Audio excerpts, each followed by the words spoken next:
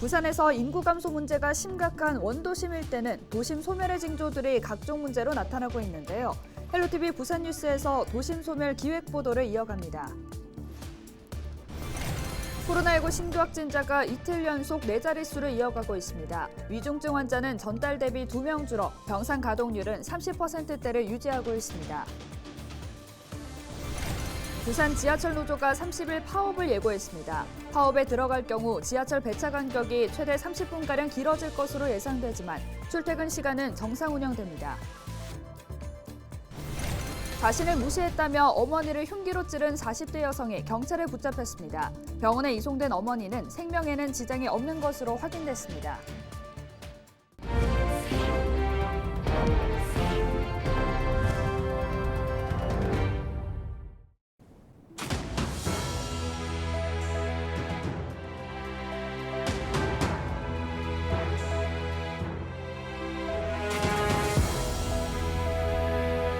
여러분 안녕하십니까? 헬로티비 부산뉴스입니다. 어머니를 흉기로 찌른 40대 여성 A씨가 현행범으로 체포됐습니다.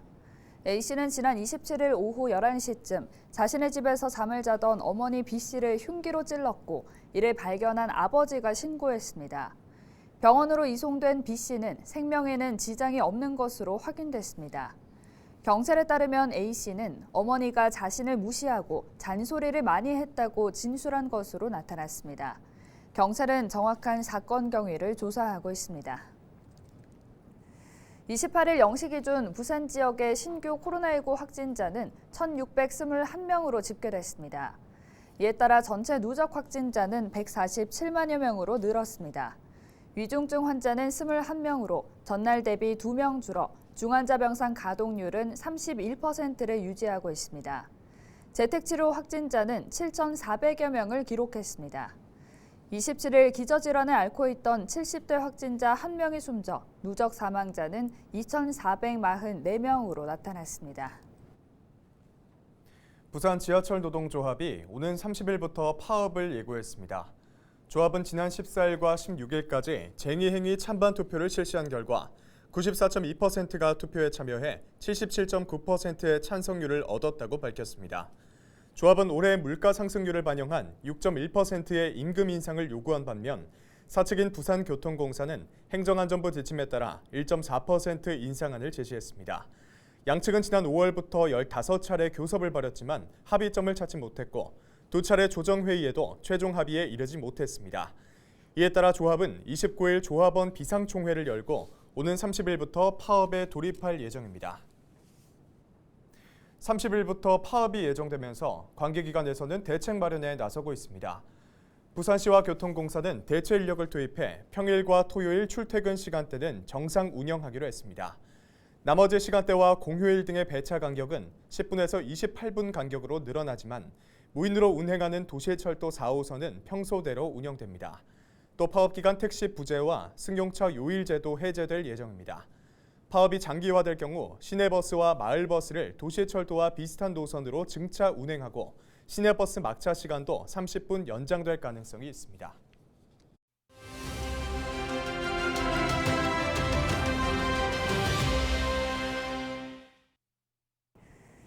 범죄 행위를 저지른 만 14세 미만 청소년을 촉법소년이라고 합니다. 이들은 범죄를 저지르더라도 형사처벌 대신 사회봉사나 소년원 송치 같은 보호처분을 받는데요. 최근 대전에선 이러한 점을 악용해 가출 청소년을 끌어들여 금은방을 털어온 일당이 무더기로 검거됐습니다. 또 인천에선 한 초등학생이 8층 건물에서 소화기를 던져 지나가던 2명이 다치는 일이 있었고요.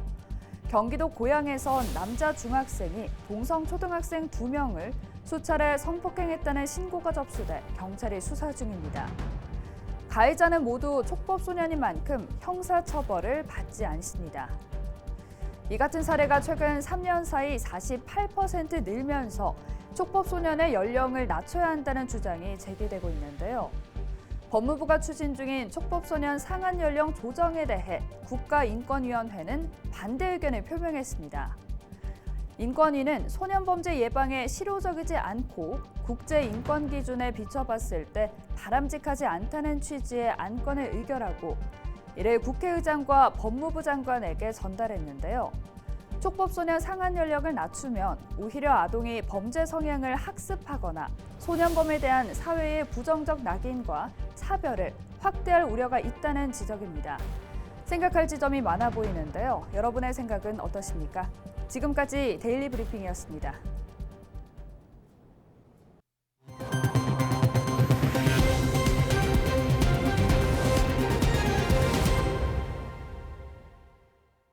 피란 시절 산 중턱까지 주거지가 형성될 만큼 사람들이 몰려들었던 원도시. 하지만 지금은 그 어느 곳보다 빠르게 인구가 빠져나가며 소멸 위기에 처한 지역으로 전락했습니다. 올해 8월 기준 영도구의 인구수는 10만 9,131명입니다. 10년 만에 인구는 22%나 줄어 감소율로는 부산 16개 구군 중 최고치를 기록했습니다. 전국 기초지자체 중에서도 감소율이 세 번째로 큽니다.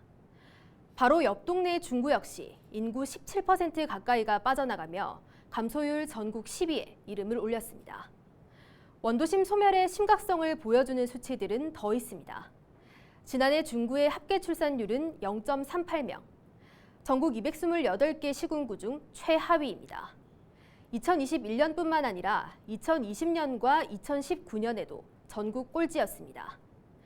영도구 역시 지난해 합계 출산율이 0.54명으로 전국 하위 10위에 이름을 올렸습니다. 한국의 출산율이 세계 꼴찌 수준인데 그중에서도 가장 심각한 곳이 부산 원도심이라는 뜻입니다. 잠시 시선을 돌려 경제를 살펴보면 경제 상황도 좋지 않습니다. 영도구는 올해 상반기 고용지표에서 비경제활동 인구 비중이 전체 인구의 49.6%로 전국에서 가장 높았습니다.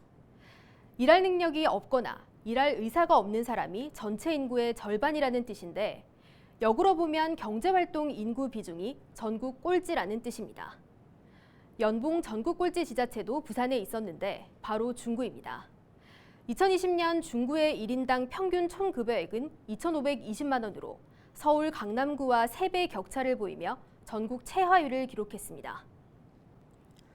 한창 일하는 나이에 젊은 층은 빠져나가고 고령 인구만 남다 보니 소득 수준이 떨어지고 또다시 청년은 돈 벌 수 있는 곳으로 떠나는 악순환이 되풀이되고 있습니다. 정부는 지난해 영도구와 동구, 서구를 인구 소멸 위험 지역으로 중구를 인구 소멸 관심 지역으로 지정했습니다. 수치로 확인한 도심 소멸의 징조들은 실제 현실에서 각종 문제로 나타나고 있었는데요.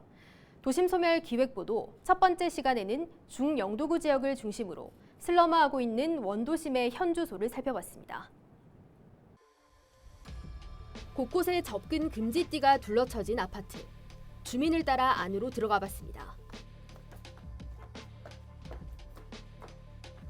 정막만 가득한 복도에서 인기척을 찾기 힘듭니다. 문이 열려있는 집안을 들여다보자 폐허나 다름이 없습니다. 벽과 바닥 곳곳에 금이 가는 등 훼손됐고 집 전체가 곰팡이로 뒤덮였습니다. 사람이 떠난 후 집이 방치된 겁니다. 불과 7, 8년 전까지만 해도 아파트에는 주민들이 가득했습니다. 하지만 일자리를 찾아 또 자녀를 교육하기 위해 사람들이 떠나며 지금은 400여 세대 중 절반만 남았습니다. 80가구입니다. 이 한 동에 80가구인데 절반 이하가 지금 실거주자인데 관리비를 낼 사람이 없다 보니 태풍에 파손된 공동시설물들도 위험천만한 상태지만 수리를 못하고 있습니다. 살고 있는 사람들은 몇 가구 되지 않는데 이 관리비 자체도 모자라는데 그러니까 빈집에서 또 주인들이 나타나지도 않고 차로 3분 거리에 있는 또 다른 아파트입니다. 층층이 어둠이 내리깔린 아파트 복도.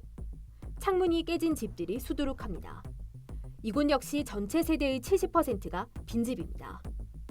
빈집이 그대로 있으면서 관리가 전혀 안 되니까 부식도 빨리 되고 이번 흰남노 때는 전부 피난을 했잖아요. 저층 주택가에서는 낡은 빈집이 무너져 내리는 등 안전사고도 잇따릅니다. 전에 태풍이 와서 붕괴 사고도 일어났었고 지금 비록 수리를 했다지만 그 위에 수리가 안 된 부분은 또 붕괴하는 조짐도 보이기 때문에 시급하게 빨리 폐공가를 철거 또는 보강을 해야 된다고 생각합니다. 영독으로 가봤습니다. 공포 체험 장소로도 이름을 알린 아파트입니다. 240세대 규모의 이 아파트에 실제 거주하고 있는 사람은 10명이 채 되지 않습니다. 사람들이 떠나면서 아파트 전체가 도심 속의 흉물로 남은 겁니다. 젊은 층은 빠져나가고 텅 빈 마을에는 고령의 어르신들만 남았습니다. 그 밑에도 또 빈집, 또 그 밑에도 빈집. 전부 다 빈집이야. 그리고 젊은 사람들은 없어. 만나는 사람, 우리 같은 사람이나 여기에 참 살까. 은간한 총각들은 직장들 다 가쁘대. 가쁘고 그러니까 집이 빈집이지. 지난해 중구의 빈집 비율은 15.4%를 기록해 부산 16개 구군 중 가장 높았습니다. 인근 동구와 영도구도 빈집 비율이 10%를 넘기며 뒤를 이었습니다. 집 10채 중 1채 이상이 빈집인 셈입니다. 인구 유출로 지역이 텅 비어가자 부산시는 중구와 영도구, 서구, 동구 등을 특별 정비구역으로 지정하고 재개발과 재건축 기준 용적률을 10% 상향했습니다. 정주 인구 확보 및 지역 간 불균형 해소는 물론 또 인구 유출 등으로 쇠퇴하고 있는 원도심과 서부산의 새로운 도심 발전에 활력을 불어넣을 것으로 기대합니다. 하지만 산복도로에는 피란 시절부터 무허가로 지어진 주택들이 많고 고도 제한이라는 또 다른 규제도 있습니다. 지역 곳곳에 재개발, 재건축 조합 등이 만들어졌지만 경제성 등의 문제 때문에 정비 사업은 여전히 속도를 내지 못하고 있습니다. 지금 현재로서는 절망적인 상황입니다. 부산시가 특단의 대책을 강구를 해서 고도 제한 지구를 해지를 해야 보수 아파트 재건축이 가능하다고 생각을 합니다. 해마다 인구가 줄고 있는 만큼 빈집은 더 늘고 주택은 더 낡아갈 것이 자명합니다. 사람이 떠나고 동네가 쇠퇴하고 또다시 사람이 떠나는 악순환이 반복되며 도심 소멸은 현실이 되고 있습니다. 헬로티비 뉴스 안수민입니다. 부산 진구 초읍동에 커뮤니티 케어형 주택 41호가 건립돼 입주자를 모집하고 있습니다. 대상은 만 65세 이상의 홀로 살거나 부부인 사람으로 다음 달 12일까지 거주지 동주민센터로 신청하면 됩니다. 입주자로 선정될 경우 2년 단위로 계약이 갱신되며 최대 20년까지 거주 가능하며 낮 시간대 돌봄 서비스를 제공받을 수 있습니다. 부산 진구는 주민 참여형 돌봄 시스템을 구축해 지역 어르신들에게 돌봄 서비스를 확대할 예정이라고 밝혔습니다. 동구청이 명품 동구 만들기를 위해 주거와 생활 환경 개선에 들어간다고 밝혔습니다. 먼저 좌천과 범일동 일대 재개발의 조기 완공을 위한 지원과 노후 불량 주거지의 재개발을 위한 대책을 마련할 계획입니다.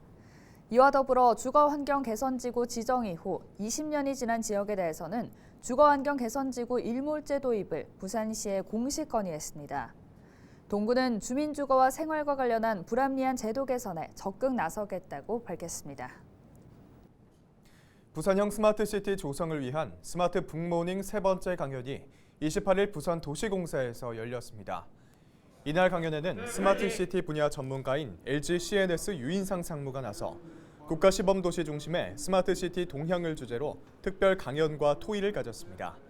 유 상무는 부산 에코델타 스마트시티 국가시범도시 추진과 스마트 혁신기술 활용 측면, 또 센텀이지구 첨단 산업단지 조성 방향에 대해 제언했습니다. 강연 뒤 이어진 질의응답과 토의 시간에는 도시 경쟁력 확보를 위한 스마트시티 조성 방안에 대한 다양한 의견이 제시됐습니다. 스마트 북모닝은 4차 산업혁명 시대에 부산 도시공사 직원들이 스마트 기술 관련 능력을 키워 미래도시 조성 방향을 연구하기 위해 조직된 학급 모임입니다. 부산의 미래형 도시 창조에 저희들이 기하기 위해서는 이 스마트 기술 활용 측면에서 좀 더 시민들이 원하고 또 운영 관리할 수 있는 그런 적절한 방안을 모색해야 됩니다. 미래형 부산 스마트 시티를 위해서 계속 앞으로도 연구하고 준비해 나갈 것입니다. 이상으로 뉴스를 마칩니다. 저희는 언제나 지역민 여러분과 함께하겠습니다. 시청해주신 여러분 고맙습니다.